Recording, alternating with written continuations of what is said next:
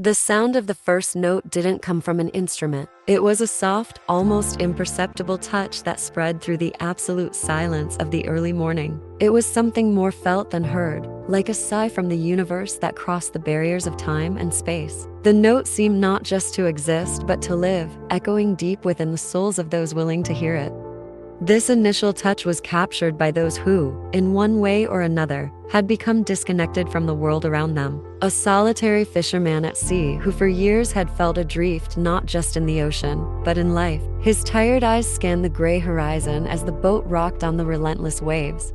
On that morning, the darkness seemed deeper and the silence of the sea heavier. Then the sound came, gently caressing his mind like an ancient lullaby, bringing back memories of his childhood, when life was simpler and the sea was a friend, not an adversary. He stopped rowing, feeling a peace he hadn't known in years. For the first time, he didn't feel alone. In another part of the world, a young woman awoke in a hospital room where the fluorescent lights couldn't mask the smell of disinfectant or the distant hum of machines monitoring vital signs. She had been there so long that she had lost track of days and nights, her frail body marked by countless battles against an unyielding illness. The world outside continued on, but for her, time had stopped. Until that morning, when she opened her eyes, something was different. The soft, comforting sound filled the room, and she smiled without knowing why. The sound didn't come from outside. It came from within, from a place where hope still lingered. For the first time, she felt the urge to get up, to walk to the window and look at the rising sun. Meanwhile, a drifter who had made a bridge his temporary home, covered only by rags and faded memories, suddenly stood up. He had a habit of wandering the streets aimlessly, feeling invisible to those who hurried past, preoccupied with their own lives. But on that morning, something awoke him from a restless sleep. The sound. It wasn't music, but something deeper, something that spoke directly to his heart. A warm, familiar sensation enveloped him, as if someone was beside him, holding his hand. For the first time in a long while, he didn't feel lost. These three souls, seemingly disconnected, began to move towards a destination they didn't know, guided by an invisible, irresistible force. They walked for hours, each on their own path, until all the paths converged in a single place, a forgotten garden hidden deep within an ancient forest, where time seemed to stand still.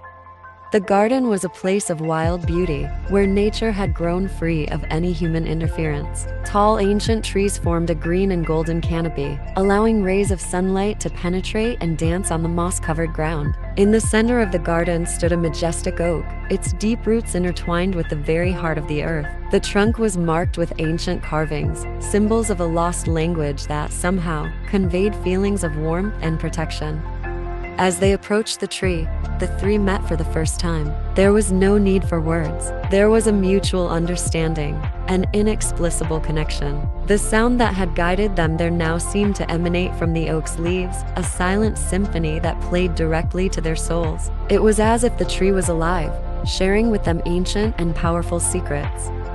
As they stood there, each of them began to remember precious moments they had buried deep within their memories, not of pain or suffering, but of joy, love, and peace. The fisherman recalled nights spent on the beach with his father, watching the stars and listening to stories of heroes and gods. The young woman relived sunny afternoons running through fields, feeling the breeze on her face. Before the illness, the drifter remembered the warmth of his mother's embrace, his sister's laughter, the feeling of belonging. But the oak didn't just return these memories to them. It also began to heal their wounds. The fisherman, long lost in his pain, felt grounded for the first time in years. The young woman, who had fought for so long, felt a renewed strength and the certainty that there was still life to be lived. The drifter, who carried the weight of loneliness, found a purpose he hadn't known he was searching for. The tree, ancient and wise, was not just a tree. It was a portal. A link between worlds, between what was, what is, and what could yet be. Each note of the melody that emanated from its leaves seemed to carry the essence of something greater, a promise that love, joy, and hope are never truly lost, but remain, waiting for the right moment to bloom again. The three remained in the garden until the sun began to set, knowing that, somehow, they had been transformed. When they finally said their goodbyes, each knew they would never be the same. The tree, with its mysterious melody, had awakened something within them that no pain or suffering could erase: a deep connection to the goodness in the world and a new hope for the future. The story of the three who met under the oak quickly spread, and others came in search of that sound. But it could only be heard by those ready to open their hearts, to accept the melody of eternity and let it heal their souls.